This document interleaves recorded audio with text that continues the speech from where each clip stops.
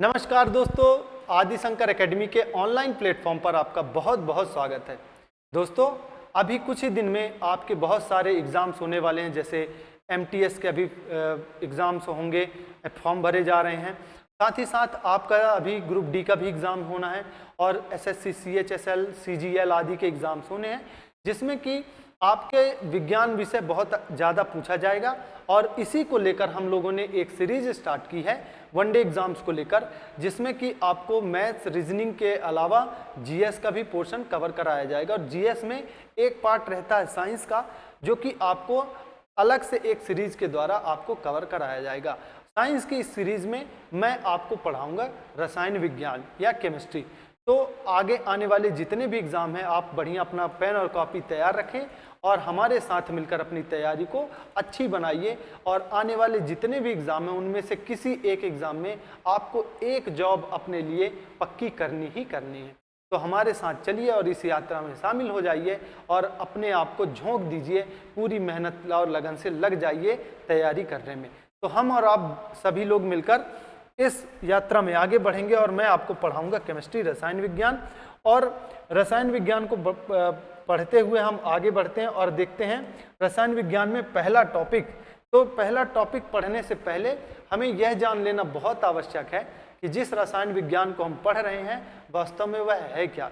रसायन विज्ञान कहते किसे हैं, या यह है क्या चीज़, यह रसायन विज्ञान, यह केमिस्ट्री है क्या चीज़। तो आपसे अगर कहा जाए कि रसायन विज्ञान क्या है, तो आपके पास सीधा उत्तर यह होना चाहिए कि यह एक विज्ञान की शाखा है। तो इसका उत्तर क्या होगा? विज्ञान की वह शाखा, विज्ञान की वह शाखा जिसके अंतर्गत, विज्ञान की वह शाखा जिसके अंतर्गत पदार्थ की, जिसके अंतर्गत पदार्थ की, याद रखेंगे ये एक शब्द पदार्थ, इसको आपको याद में रखना है। तो विज्ञान की वह शाखा जिसके अंतर्गत पदार्थ की संरचना, संरचना के साथ साथ उसका गुण, संरचना, गुण और उसमें होने वाले परिवर्तन, उसमें होने वाले परिवर्तन और इन परिवर्तनों के साथ साथ उसमें ऊर्जा का परिवर्तन, ऊर्जा के परिवर्तन का अध्ययन किया जाता है, अध्ययन किया जाता है, रसायन विज्ञान कहलाता है, रसायन विज्ञान कहलाता है। यह आपको याद रखना है, रसायन विज्ञान कहलाता है। तो रसायन विज्ञान की वह शाखा जिसके अंतर्गत पदार्थ की संरचना, गुण तथा उसमें होने वाले परिवर्तन के साथ साथ ऊर्जा के परिवर्तन का अध्ययन किया जाता है, रसायन विज्ञान कहलाता है। यानी कि कोई एक पदार्थ है, उस पदार्थ के बारे में कि उसकी संरचना क्या है, वो बना कैसे है, उसमें परिवर्तन क्या क्या है, उसका संगठन क्या क्या है। तो संगठन यानी कि वो किन किन चीज़ों से मिलकर बना हुआ है। तो पदार्थ की संरचना, गुण, उसमें होने वाली परिवर्तनों के साथ साथ जो उसमें निहित ऊर्जा है, उसमें जो परिवर्तन होगा, इसके ज्ञान को, इसके अध्ययन को कहते हैं रसायन विज्ञान। आप याद रखेंगे, इसके अध्ययन को क्या कहेंगे? रसायन विज्ञान। तो रसायन विज्ञान की परिभाषा आपसे कोई पूछेगा तो आप कहेंगे विज्ञान की वह शाखा जिसके अंतर्गत पदार्थ की संरचना, गुण, उसमें होने वाले परिवर्तन तथा उसकी ऊर्जाओं में परिवर्तन के अध्ययन को रसायन विज्ञान कहते हैं। अब अगर थोड़ी सी बात आगे कर ली जाए कि यह रसायन विज्ञान शब्द जो है, केमिस्ट्री शब्द जो है, आया कहाँ से। तो अगर आपसे कोई पूछेगा कि केमिस्ट्री या ऐसा जो केमिस्ट्री नाम का शब्द है, यह क्या है और कहाँ से उत्पत्ति हुई है इस केमिस्ट्री शब्द की, तो आप कहेंगे कि ये जो केमिस्ट्री शब्द है, सबसे पहले मिस्र में एक शब्द उपयोग होता था। मिस्र एक देश है और मिस्र में शब्द उपयोग होता था केम, केम शब्द उपयोग होता था। और इस केम शब्द का अर्थ क्या था? तो आप बोलेंगे इस केम शब्द का अर्थ था काला। इस केम शब्द का क्या अर्थ था? काला अर्थ था। और ये केम शब्द उपयोग होता था मिस्र भाषा की उपजाऊ मिट्टी के लिए। तो वहाँ की मिस्र भाषा की जो उपजाऊ, मिस्र की जो उपजाऊ मिट्टी थी, उस उपजाऊ मिट्टी का रंग था काला और उसके संबंध में यह शब्द प्रयुक्त किया जाता था केम। ठीक, अब यही केम शब्द जो है आगे चलकर आया कहां पर, ग्रीक भाषा में। ग्रीक भाषा में यह शब्द आया और यह थोड़ा सा बदला इसका स्वरूप और ये केम से बन गया केमिया। ये केम से यह शब्द बन गया केमिया या कीमिया। ठीक है, केम शब्द से यह बन गया केमिया और इस केमिया शब्द का अर्थ होता था धातु को सोने में बदलने का विज्ञान। धातु को सोने में बदलने का विज्ञान, बदलने का विज्ञान, इसके लिए प्रयुक्त किया जाता था यह शब्द केमिया। यानी कि जो धातुएं थी उन धातुओं को सोने में बदलने का जो विज्ञान था वह कहलाता था केमिया। तो ग्रीक भाषा में यह शब्द आकर बन गया केमिया और आगे चलकर यही शब्द जो है वह कहलाने लगा केमिस्ट्री। याद रखेंगे, यही शब्द क्या कहलाने लगा, केमिस्ट्री कहलाने लगा, रसायन विज्ञान कहलाने लगा। तो आपसे अगर कोई पूछेगा कि केमिस्ट्री शब्द की उत्पत्ति कहाँ से हुई, तो आप बोलेंगे मिस्र शब्द में एक शब्द उपयोग होता था केम, जिसका अर्थ था काला, आगे वही शब्द जुड़ा और ग्रीक भाषा में बन गया कीमिया और फिर आगे चलकर यही शब्द बन गया केमिस्ट्री। आपको याद रखना है कि केमिस्ट्री शब्द की उत्पत्ति ग्रीक और मिस्र भाषा से हुई है, ये आपको ध्यान रखना है। चलिए थोड़ा सा आगे बढ़ते हैं और बात करते हैं। एक चीज आई थी, आप अगर ध्यान दिए हों तो एक शब्द आया था, अगर आपने रसायन विज्ञान पढ़ा हो तो रसायन विज्ञान अध्ययन किसका है, तो रसायन विज्ञान अध्ययन है द्रव्य का। आप इसे द्रव्य कह लीजिए, आप इसे पदार्थ कह लीजिए या आप इसे मैटर कह लीजिए, एक ही बात है। यानी कि द्रव्य क्या है। अब आपके सामने सबसे बड़ा प्रश्न आएगा कि रसायन विज्ञान में हम अध्ययन करते हैं द्रव्य का, तो यह द्रव्य नाम का शब्द जो है क्या, ये द्रव्य है क्या चीज। तो आप कहेंगे कि द्रव्य वह है जो क्या करता हो, जो स्थान घेरता हो, स्थान घेरता हो, जो स्थान घेरता हो, यानी कि जिसमें आयतन हो, जिसमें द्रव्यमान हो तथा जो अपनी अवस्था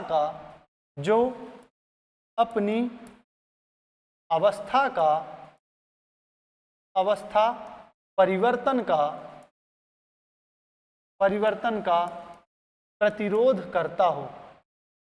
प्रतिरोध करता हो,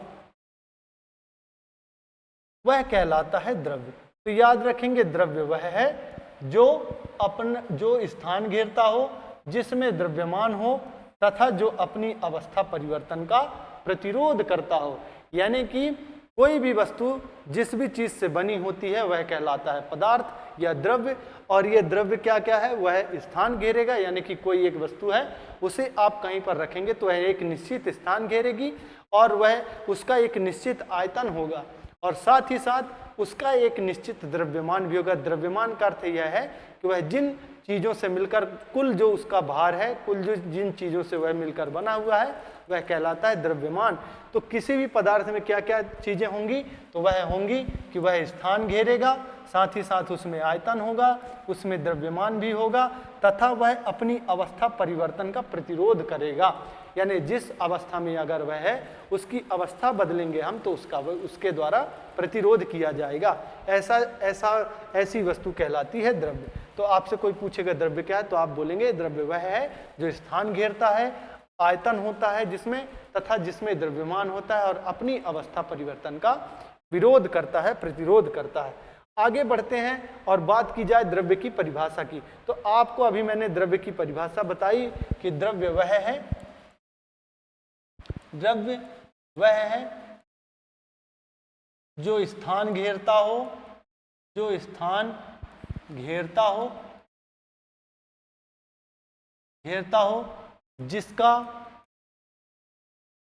जिसका कोई द्रव्यमान हो, आयतन हो तथा प्रतिरोध का गुण हो, प्रतिरोध का गुण हो।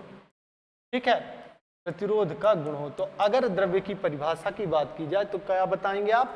द्रव्य वह है जो स्थान घेरता हो, जिसका कोई द्रव्यमान हो, आयतन हो तथा प्रतिरोध का गुण हो। साथ ही साथ वह जो ज्ञानेंद्रियों से अनुभव किया जा सके, ज्ञानेंद्रियों द्वारा, यानी कि आंख, कान, त्वचा, जीभ इत्यादि के द्वारा, ज्ञानेंद्रियों द्वारा अनुभव किया जा सके, अनुभव किया जा सके। ठीक है, मनुष्य की ज्ञानेंद्रियों द्वारा अनुभव किया जा सके कहलाता है पदार्थ। अब अगर बात करा जाए पदार्थ के लक्षण की, तो पदार्थ के लक्षणों में भी यही आएगा कि पदार्थ का कोई एक क्या होना चाहिए? द्रव्यमान। पदार्थ का क्या हो? द्रव्यमान, यह इसका एक लक्षण है। और साथ ही साथ उसमें क्या होना चाहिए? उसमें आयतन होना चाहिए, आयतन होना चाहिए। वह अपनी अवस्था परिवर्तन का विरोध करे, अवस्था परिवर्तन में विरोध हो, परिवर्तन में विरोध करे, वो विरोध होना चाहिए। ये इसके लक्षण होते हैं किसी भी पदार्थ के। ठीक बात है। आगे बात करें, अगर बात करें द्रव्य के कण की या पार्टिकल्स ऑफ मैटर की बात करें, तो द्रव्य या पदार्थ के दो कण मुख्यतः होते हैं। वे दो कण कौन कौन से होते हैं? तो वे पदार्थ के दो कण होते हैं, एक जिन्हें हम कहते हैं परमाणु, परमाणु या एटम कहते हैं, और दूसरे कण होते हैं जिन्हें कहते हैं अणु, अणु या मॉलिक्यूल्स कहते हैं, मॉलिक्यूल्स। तो दो कण होते हैं किसी पदार्थ के, एक जिसे कहते हैं परमाणु और दूसरा जिसे कहते हैं अणु। तो अगर किसी द्रव्य को आप छोटे छोटे भागों में तोड़ेंगे तो पहले उसके अणु मिलेंगे, और अणुओं को भी आप अगर छोटे भागों में तोड़ेंगे तो मिलेंगे परमाणु। तो हम यह कह सकते हैं कि ये जो परमाणु होते हैं किसी भी द्रव्य की सबसे सूक्ष्मतम इकाई होते हैं, सबसे छोटी इकाई होते हैं। तो आपके सामने अगर प्रश्न आएगा कि किसी भी द्रव्य की सबसे सूक्ष्मतम इकाई क्या होती है, तो आप बोलेंगे किसी द्रव्य की सबसे सूक्ष्मतम इकाई होती है एटम या परमाणु, और इन्हीं एटम या परमाणुओं से मिलकर बने होते हैं ये अणु। ठीक है, तो आपको अगर पूछेगा कि द्रव्य के कण क्या हैं, तो आप बताएंगे द्रव्य के दो कण होते हैं, एक जिसे आप जानते हैं एटम या परमाणु के नाम से, और दूसरा जिसे आप जानते हैं अणु या मॉलिक्यूल्स के नाम से। आगे बढ़ते हैं और बात करते हैं परमाणु की। परमाणु क्या होता है? तो आपके सामने यह प्रश्न आएगा कि परमाणु क्या है, एटम क्या है। तो आपको बताना होगा कि किसी भी द्रव्य का वह सूक्ष्मतम कण होता है जो कि और अधिक भागों में नहीं टूट सकता, जिसे और अधिक विभाजित नहीं किया जा सकता, और किसी भी तत्व का यह एक सबसे सूक्ष्मतम इकाई होने के साथ साथ रासायनिक अभिक्रिया में भाग लेने का भी काम यह करता है। ठीक है, तो अगर इसकी बात की जाए परमाणु क्या है, तो परमाणु जो शब्द है, परमाणु जो शब्द है, एटम शब्द, यह एटम शब्द जो है यह बना है ग्रीक भाषा के शब्द से, ग्रीक भाषा के शब्द से बना है, और ग्रीक भाषा का शब्द है एटमोस। ग्रीक भाषा का एक शब्द है एटमोस, और इसी एटमोस शब्द से मिलकर बना है एटम।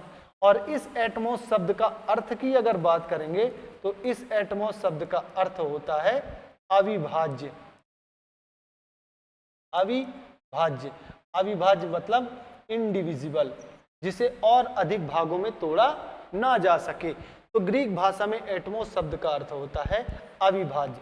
अतः हम कह सकते हैं कि किसी भी पदार्थ का वह सूक्ष्मतम कण, परिभाषा की अगर बात की जाए तो हम कह सकते हैं कि वह सूक्ष्मतम कण जिसे और अधिक भागों में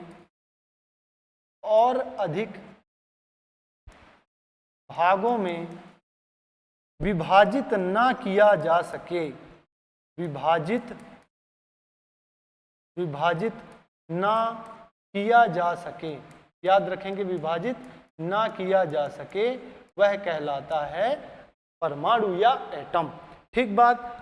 और इसकी और आगे बात की जाए तो यह जो है स्वतंत्र रूप में रह सकता है, अणु जो होता परमाणु जो होता है स्वतंत्र अवस्था में रह सकता है, स्वतंत्र अवस्था में रह सकता है। ठीक है, यह इसकी विशेषता होती है और सभी तरह की रासायनिक अभिक्रियाओं में भाग लेता है। तो रासायनिक अभिक्रियाएं जो होंगी, उन रासायनिक अभिक्रियाओं में भाग लेने की अगर बात होगी तो रासायनिक अभिक्रियाओं में भाग लेने की बात आएगी तो कौन भाग लेगा? रासायनिक अभिक्रियाओं में भाग लेगा यही एटम या परमाणु। ठीक है, तो रासायनिक अभिक्रिया में भाग लेता है वह सूक्ष्मतम कण है जिसे और अधिक भागों में हम नहीं तोड़ सकते, विभाजित नहीं कर सकते, वह कहलाता है एटम या परमाणु। और यह स्वतंत्र अवस्था में रह सकता है। ठीक है, और रासायनिक अभिक्रियाओं में भाग लेता है, यानी कि जितनी भी रासायनिक अभिक्रियाएं होती हैं वे सब इसी परमाणु के द्वारा, इसी एटम के द्वारा ही संपन्न होती हैं। ठीक बात है। चलिए थोड़ा और आगे बढ़ते हैं और पदार्थ के दूसरे कण की बात करते हैं जिसे जानते हैं आप अणु के नाम से, मॉलिक्यूल्स के नाम से। अब शब्द आपके सामने यह प्रश्न आता है कि यह अणु शब्द है क्या और किस संदर्भ में इसका प्रयोग किया जाता है। तो अगर अणु की आप बात करें कि अणु क्या है, तो परमाणुओं का समूह है, परमाणुओं का समूह है ना। याद रखेंगे यह क्या है? परमाणुओं का समूह है। कैसे परमाणुओं का समूह है? तो दो या दो से अधिक परमाणुओं का समूह,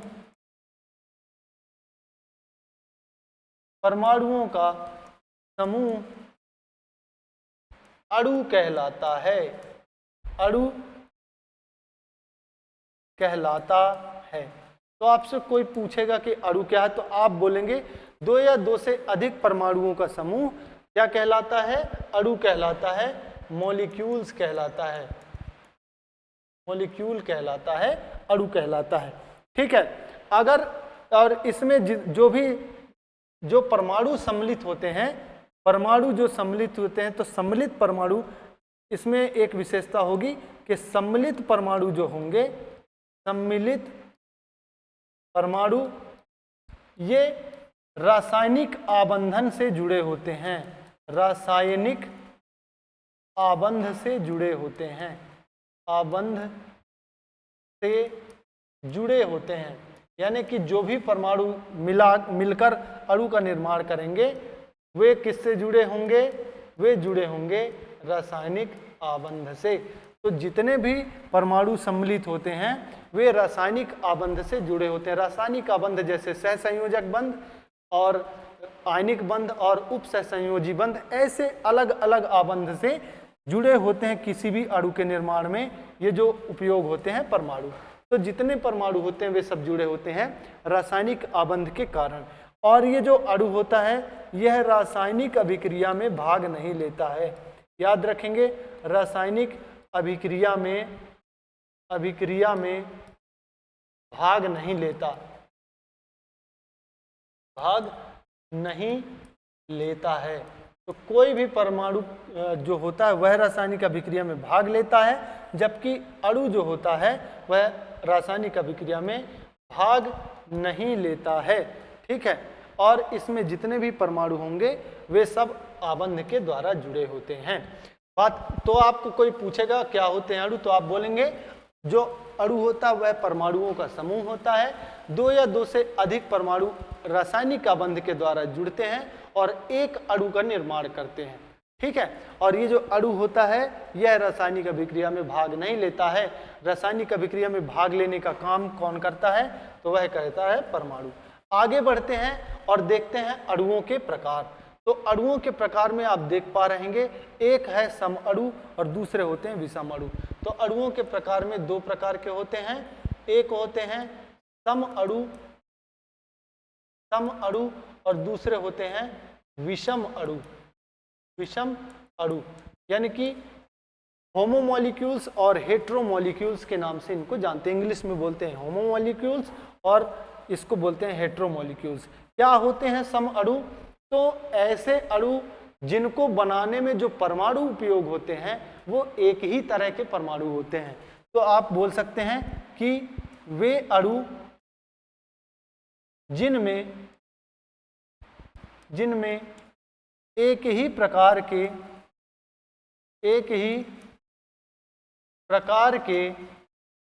परमाणु जुड़े होते हैं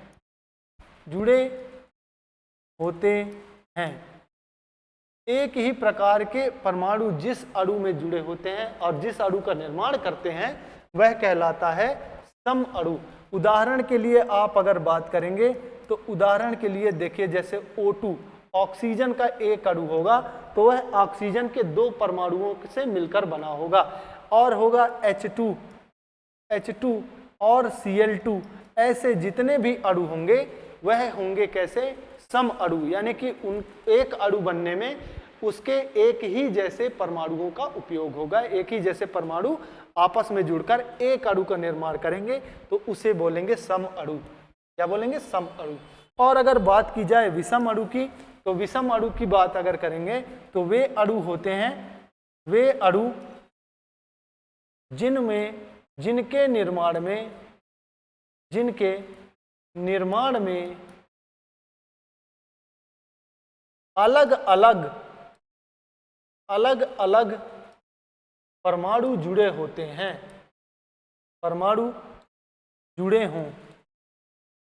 अलग अलग परमाणु जुड़े हों, वे कहलाते हैं विषम अणु, हेट्रोमोलिक्यूल्स कहलाते हैं। अब जैसे आप देख पा रहे होंगे तो एक अणु होता है जल का H2O, तो जल का एक अणु आप देख रहे होंगे किससे किससे मिलकर बना है, हाइड्रोजन से और ऑक्सीजन से। ठीक है, तो ऐसा ये अणु कहलाएगा विषम अणु।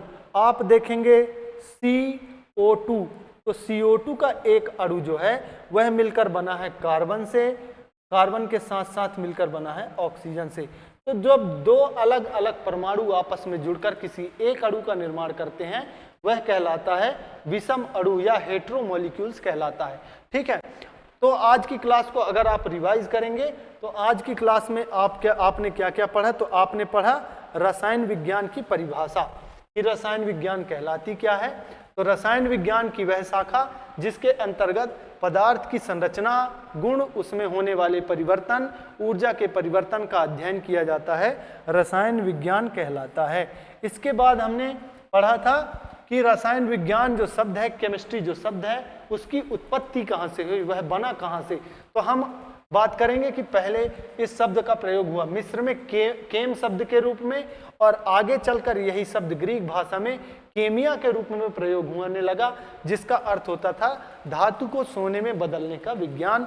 और फिर आगे चलकर यही शब्द बदल गया केमिस्ट्री शब्द में, जिसका उपयोग हम आज भी कर रहे हैं। इसके बाद हमने देखा कि रसायन विज्ञान की परिभाषा में एक शब्द आया द्रव्य या पदार्थ। तो क्या होता है द्रव्य या पदार्थ, तो द्रव्य या पदार्थ वह है जो स्थान घेरता है, जिसका आयतन होता है, द्रव्यमान होता है, तथा जो अपनी अवस्था का परिवर्तन करने पर प्रतिरोध करता है, वह कहलाता है द्रव्य या पदार्थ। आगे हमने देखा था कि द्रव्य की परिभाषा क्या है, तो द्रव्य वही चीज है कि द्रव्य वह है जो स्थान घेरता है, जिसका कोई द्रव्यमान हो, आयतन हो, तथा प्रतिरोध करने का गुण हो और ज्ञानेंद्रियों द्वारा अनुभव किया जा सके। इसके बाद हमने देखा द्रव्य के कण कौन कौन से होते हैं। तो द्रव्य के मुख्यतः 2 कण होते हैं, एक कण जिसे हम परमाणु कहते हैं और दूसरा कण जिसे हम अणु कहते हैं। तो परमाणु क्या होते हैं या एटम क्या होते हैं, इसके बाद हमने देखा था कि एटम क्या होते हैं। तो एटम जो शब्द होता है, एटम शब्द मिलकर बना होता है ग्रीक भाषा के शब्द एटमोस से, जिसका अर्थ होता है अविभाज्य, यानी कि वह सूक्ष्मतम कण जिसे और अधिक भागों में विभाजित ना किया जा सके कहलाता है परमाणु या एटम। यह स्वतंत्र अवस्था में रह सकता है तथा रासायनिक अभिक्रियाओं में भाग लेने का काम करता है परमाणु। इसके बाद दूसरा कण हमने देखा जिसे कहते हैं अणु। तो ये परमाणुओं का समूह है, यानी कि 2 या 2 से अधिक परमाणुओं का समूह अणु कहलाता है। और ये इसमें सम्मिलित जितने भी जो परमाणु होते हैं वे रासायनिक आबंध के द्वारा जुड़े हुए होते हैं, और अणु जो होता है रासायनिक अभिक्रिया में भाग नहीं लेता है। इसके बाद हमने देखा था कि अणु भी कितने तरह के होते हैं, तो अणु होते हैं दो तरह के। एक होते हैं समअणु, यानी कि वे अणु जिनमें एक ही प्रकार के परमाणु जुड़े होते हैं, जैसे कि ऑक्सीजन, जैसे कि हाइड्रोजन के, जैसे कि क्लोरीन। इनके अणु होंगे जो तो एक ही प्रकार के परमाणुओं से मिलकर बने होंगे। विषम अणु की बात की जाए, हेटेरोमॉलिक्यूल्स की बात की जाए, तो ऐसे मॉलिक्यूल से, ऐसे अणु जो अलग अलग परमाणुओं से मिलकर बने। जैसे H2O का एक अणु की अगर आप बात करेंगे तो H2O जो है हाइड्रोजन और ऑक्सीजन दो अलग अलग परमाणुओं से मिलकर एक अणु बना है। इसी तरह CO2 है जो कि कार्बन और ऑक्सीजन के अलग अलग परमाणुओं से एक निश्चित अनुपात में मिलने से बना है। तो दोस्तों आज की क्लास में, आज की रसायन विज्ञान की क्लास में हम आपके लिए इतना ही कॉन्सेप्ट लेकर आए थे। आज की यह जो वीडियो है आपके लिए एक शुरुआती बीज की तरह काम करेगी और आपका ये जो बेसिक है यह अच्छे से क्लियर हो गया होगा और हमारी आगे भी यह सीरीज जारी रहेगी। तो आप अपना अच्छा सा एक शेड्यूल बनाइए और उस शेड्यूल के हिसाब से चलिए, हमारी वीडियोस को ऐसे देखिए, नोट्स बनाइए और आपको कहीं से कुछ ज़्यादा पढ़ने की आवश्यकता है नहीं। वनडे एग्जाम्स में हम आपको इस यात्रा में ऐसी ऐसी चीज़ें बताएंगे जो आपके परीक्षा उपयोगी है। परीक्षा में कहाँ से आता है, कहाँ से नहीं आता, वह हम सब आपको गाइड करते रहेंगे। तो हमारी इसी तरह की वीडियो के लिए हमारे चैनल को सब्सक्राइब कर लीजिए और हमारी इस वीडियो को लाइक कीजिए, कमेंट के माध्यम से अपने सुझाव हम तक पहुंचाइए और इस वीडियो को अधिक से अधिक लोगों तक शेयर कीजिए ताकि आगामी आने वाले जितने भी एग्ज़ाम्स हैं उन एग्ज़ाम्स में उन सभी विद्यार्थियों को मदद मिल सके, उन विद्यार्थियों की पढ़ाई में एक थोड़ा सपोर्ट सिस्टम लग सके।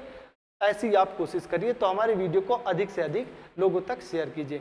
आज आप सभी का इस वीडियो के अंत तक बने रहने के लिए बहुत बहुत धन्यवाद। जय हिंद, जय भारत। मिलते हैं अगली क्लास में, हम रसायन विज्ञान की अगली क्लास में।